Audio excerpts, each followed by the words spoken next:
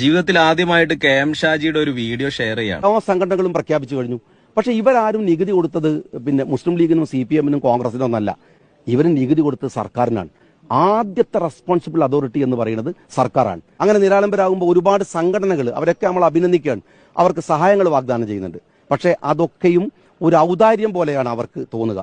എന്നാൽ സർക്കാർ കൊടുക്കുന്നതാണ് ഒരു അഭിമാനത്തോടെ, അവന്റെ അവകാശബോധത്തോടെ അവന് വാങ്ങാൻ കഴിയുക. അവർക്ക് വീട് വെച്ച് കൊടുക്കേണ്ടത് ഏതെങ്കിലും സന്നദ്ധ സംഘടനകളല്ല, മറിച്ച് ഇത്തരത്തിലുള്ള ഗവൺമെന്റ് സിസ്റ്റം ആണെന്നാണ് കെ എം ഷാജി പറയുന്നത്. അതിൽ കെ എം ഷാജി മെൻഷൻ ചെയ്യുന്നത് ആരെയാണ്? ഞാൻ നേരിട്ട് മാത്രമേ സഹായം ചെയ്യൂ എന്ന് പറഞ്ഞുകൊണ്ട് മുഖ്യമന്ത്രി ദുരിതാശ്വാസ നിധിക്കെതിരെ ഇതുവരെ ക്യാമ്പയിൻ ചെയ്ത മുസ്ലിം ലീഗുകാർക്കെതിരെ തന്നെയാണ് കെ എം ഷാജി ഇന്ന് പത്രക്കാരോട് പറഞ്ഞിട്ടുള്ളത്. ഇതിനെപ്പറ്റി പറയുമ്പോൾ കവളപ്പാറ ദുരിതം കൂടി പറഞ്ഞു പോകാതെ വയ്യ.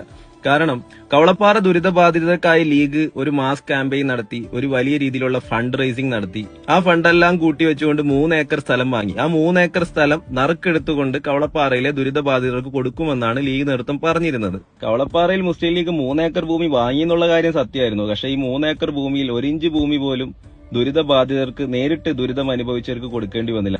പണപ്പിരിവ് നടത്തി 4 ഇടങ്ങളിലായി മുസ്ലിം ലീഗ് വാങ്ങിയ 3 ഏക്കർ സ്ഥലത്തിൽ ഏകദേശം 1 ഏക്കറോളം സ്ഥലം ദാ ഈ കാണുന്നതാണ്.